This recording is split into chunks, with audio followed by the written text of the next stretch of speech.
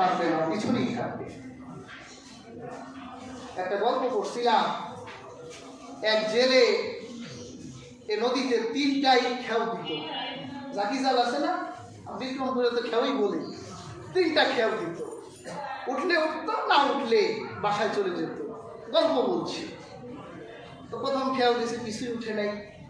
দ্বিতীয় খেউ, কিছুই উঠে নাই। 3 নাম্বার খেয়ে আলাদিনের জাদুর প্রদীপ উঠছে।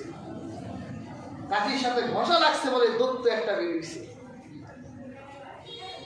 মালিক কি চান আপনি বলেন, আমি আপনার আশা পূর্ণ করব। মালিক বলল, ঘরে তো চাল ডাল কিছুই নেই। একটা মানুষ সে যেই রকম তার চাহিদাও ওই রকমই। তো বলতেছে, আমার এই 1 কেজি চাল দাও, 1 কেজি ডাল দাও, তেল দাও, বাসায় চলে যাবে।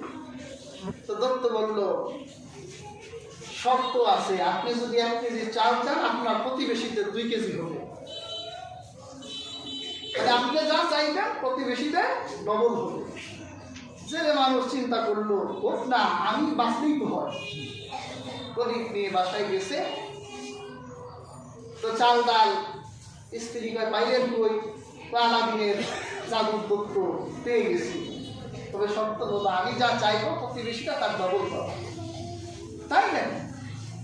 তখন তার স্ত্রী বলতেছে, তা আমাদের তো ভালো কোনো বাড়ি নাই, দত্ত একটা বাড়ি বানাই দেন। একটা বাড়ি হয়েছে, প্রতিবেশীটা 2টা বাড়ি হয়ে গেছে।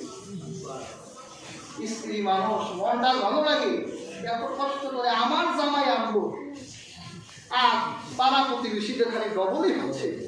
তো সে চিন্তা করলো, যৌগুলির একটা শিক্ষা দেওয়া দরকার। কি শিক্ষা? দত্তরে বলে যে আমাদের জামাই বউয়ের 2জনের একটা করে চোখ কানা বানাই দেন। তোর চিন্তা প্রতিবেশীদের 2টা চোখ কানা হয়ে যায়। কানা তো হয়েছে, ও আর তো মহিলা প্রতিবেশী বসায় দিয়ে আমাকে দেখতে পারেননি। পাড়া প্রতিবেশীরা বলে, হ্যাঁ আমরা তো দেখতেই পাচ্ছি। মহিলা চিন্তা করবে, এটা হইল কি? এদের চোখ ভালো আছে, আমাদের একটা করে অন্ধ হয়ে গেল। মানে এই গল্প বলে আপনাদের বুঝাতে চাইলাম যে হিংসুকরা মানুষের ক্ষতি করতে চায়, কিন্তু দেখে অবশেষে তাদেরই ক্ষতি হয়ে গেছে। এই জন্য আল্লাহ কুরআন কারীমে সূরা নাসের ভিতরে বলেছে যে তোমরা হিংসুকের হিংসা থেকে আশ্রয় চাও, মিন শাররি হাসিদিন ইযা হাসাদ, যে তোমরা হিংসুকের হিংসা থেকে আল্লাহর কাছে পানা চাও। হিংসুকের দৃষ্টি ভালো না। হাদিস শরীফে রাসূলুল্লাহ বলেছেন, নজরু হাক্কুন, মানুষের নজর খারাপ।